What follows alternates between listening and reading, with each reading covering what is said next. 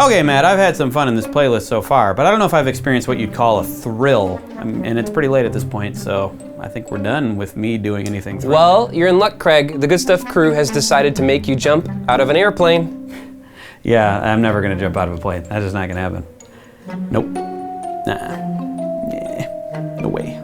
Not gonna. So here I am at Skydive Chicago because the Good Stuff crew is forcing me to jump out of a plane. So I'm gonna do it. Let's go.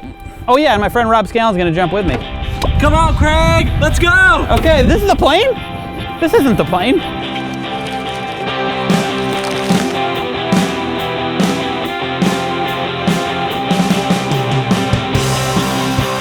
Why am I standing next to an airplane? And I'm super nervous. Yeah, well, you should be. We're here at Skydive Chicago, and we're about to throw you out of an airplane. This is Rook Nelson, the director of Skydive Chicago. He's jumped out of a plane, 22,000 times and managed to not die every single one of those times. And just a few months ago, Rook and Skydive Chicago organized a new skydiving world record where 164 people fell headfirst in formation at the same time. Why should I be nervous? Well, you know, jumping out of an airplane isn't normal. To some of the guys out here, it is normal. It's their day-to-day job, so you're in good hands. Even I've 22,000 jumps, every jump is exciting and nervous to me, and that doesn't go away.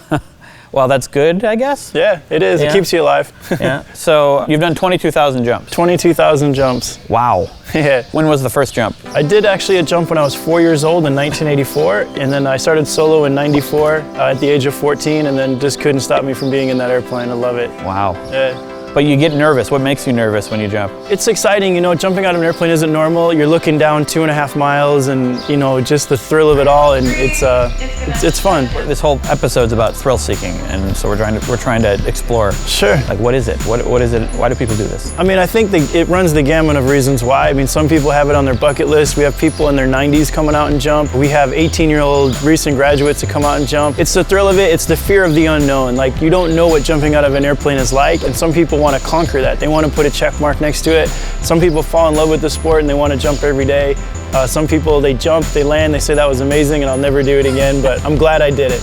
Yeah, my suspicion is I'll be in that last one, that last camp. You never know though. It's my first time jumping. I'm super nervous. Any pointers? The most important thing is to have fun.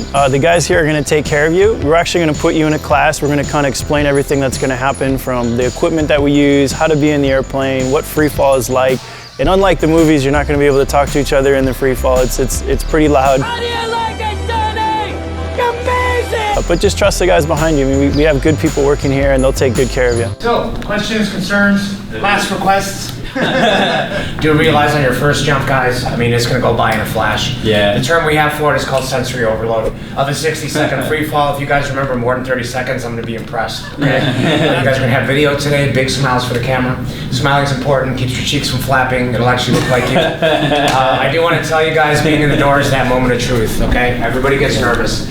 Little old ladies swear like truck drivers, and atheists find religion. The best thing you can do, breathe, okay? It helps a lot. Take a nice deep breath, let it out slow. So, what do you think, Craig?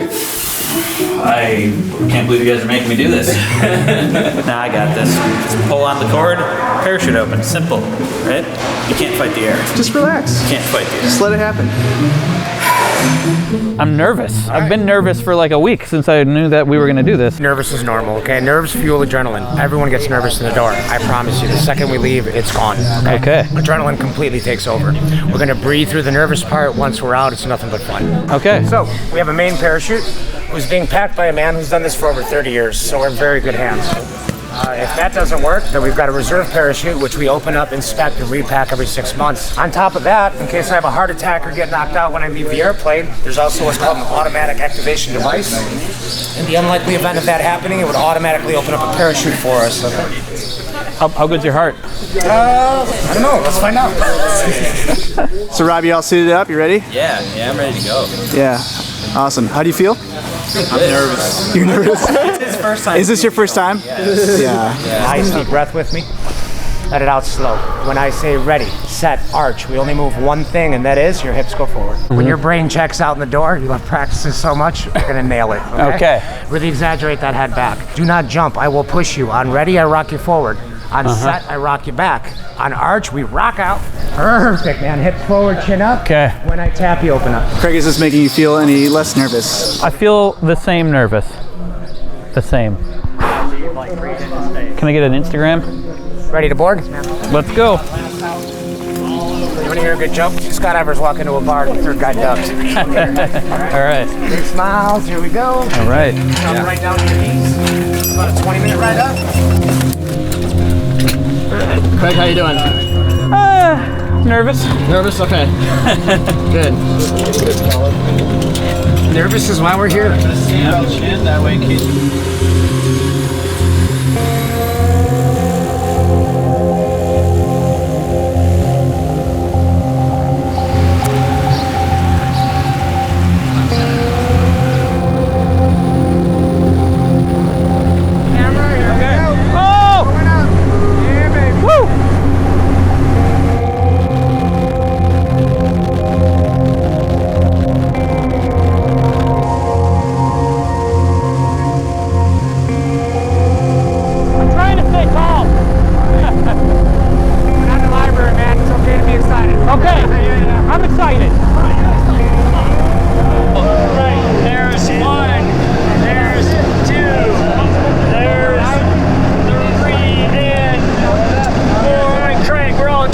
Jump out of an airplane. Let's go skydive. See you outside.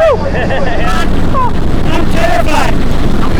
Okay. Smile for the camera. Have fun, man. You got this.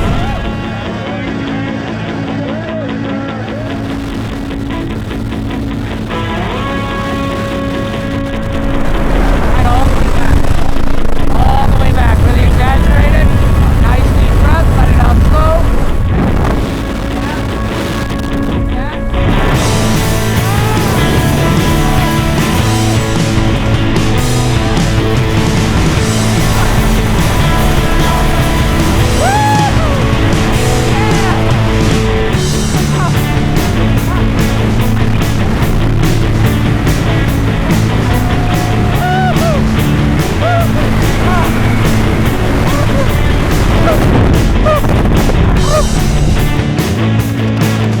What did you think about that? That was amazing. Such a weird feeling. Wow. Nothing like it, man. I got the best job on the planet. There's my crew. Yep, and that's where I'm gonna put you. All right. Put your feet all the way up, nice and high. Perfect, man. We're gonna slide this in. Okay. And 1, 2, 3. Welcome back to Earth. Yeah, buddy. Woo! That was bizarre. That was wild. Oh my God. You look like you're having fun. Nice job. Yeah. What was the best part? The free fall. The fall, I think. Perfect. Yeah. That usually tells us that you're ready to go again. Yeah, I think maybe. Well, I'll wait a little while. But I'll go again. I could go again. Craig, put it here, man. Excellent job, buddy. Thank you. You rocked it, buddy. Thanks for keeping me alive. It was amazing. The free fall, I asked him how long it was after we pulled the chute. He said it was a minute. It felt like about 15 seconds. Like I completely forgot. Really? Okay. I thought time would have slowed down because you would have been terrified. But were you just having fun the whole time? Totally. Like it was like as soon as we were falling, it was like fear was gone. Oh, you get out and you're like, all right, this is incredible, and the next thing you know, it's done. Point to the sky one time. Nice. Rob, would you go again?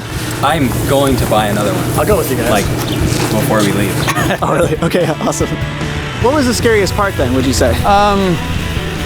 Just right before we got to the edge of the plane. Like even once we got to the edge of the plane, I was like, I wasn't even afraid. I was just focusing on what I was supposed to do. I'm like, okay, I have to do something. And I forgot about the fear. So it was like approaching, I think. But even looking down, seeing like the earth below you, you weren't afraid of that? No, it was just like abstract. You didn't feel like you were falling. You were like like you were even going to approach it. It was just so far away. Like you don't even feel it until the parachute opens, and then you start to realize what just happened. Pretty awesome. Yeah. So do you think you understand why people do this kind of thing now? Yeah, totally. How did Craig do? Great, absolutely. Really? Don't be honest. You got out of the airplane, man. You did a great job. You arched. Looked like you had fun. A lot going on up there. You know, it's a testament to you. You're in that nervous situation. It's that fight or flight, right? Thanks for not fighting the air. Thanks for flying with me. Yeah. You did a great job. I just tried to follow instructions. Yeah. Well, we're still here, so we couldn't have done that bad. All right. Would you go again? Yeah, I would. I'd go again. Yeah. I may want to take a little break, but I'll go again. So that's the thrill-seeking playlist. What do you guys think? Did you have fun? Have we made thrill seekers out of you? If we have, what thrills are you going to seek? Or have we instilled a lifelong debilitating phobia of beards? Let us know in the comments. I don't know how anyone can be afraid of that beard, Matt. I know. It's attractive. It's an attraction, like a roller coaster. Thanks for watching. If you like the good stuff and you want the show to continue, check out our Patreon page and become a supporter. And last week we asked you to share your deepest, darkest phobias. Many of you did, and thankfully we don't have a phobia for responding. No, we've got a philia. We're respond to files. Can't stop. That's all we think about. Okay. Innumerably Infinite says they are also afraid of heights and fire, but they didn't have any traumatic events in their past like Sam. What could be other causes of phobias?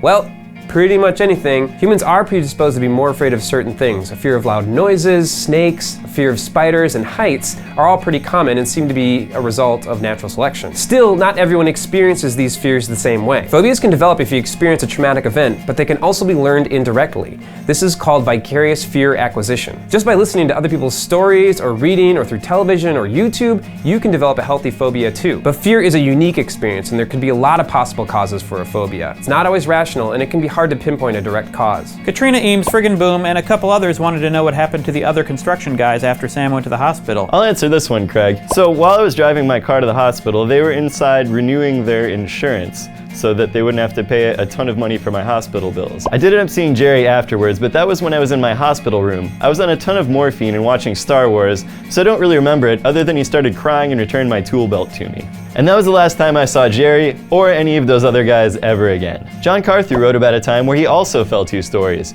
You can read about it down there. John, thanks for sharing your story. It makes me feel both good and bad that someone has also fallen from that height. I do have a couple questions for you. Why were you up that high, and how did you fall? As John pointed out, it makes it even worse with this vertigo sensation because there's like this invisible force that seems to be pulling you towards the ledge instead of away from it, which is exactly the opposite of what you'd expect. What is that? Does anyone know? That's quite the story as well. Maybe we could get together sometime and talk about it, though not on a rooftop bar. Nick TK1 asked if we consulted a medical professional before conducting exposure therapy on Sam. Nope, we sure didn't. But that's a good point. You should always consult a professional before doing things like this. We didn't consult a professional because Sam has made progress over the past 10 years, and we all felt, including him, that his fear wasn't so extreme that he needed a medical professional before doing this. But be careful out there, guys. Thanks again for watching. Just FYI, the next video will be in 2 weeks. Humans versus nature. Beginning of a new playlist. In one corner, humans. In the other corner, nature. Versus. It's a battle royale. Or something.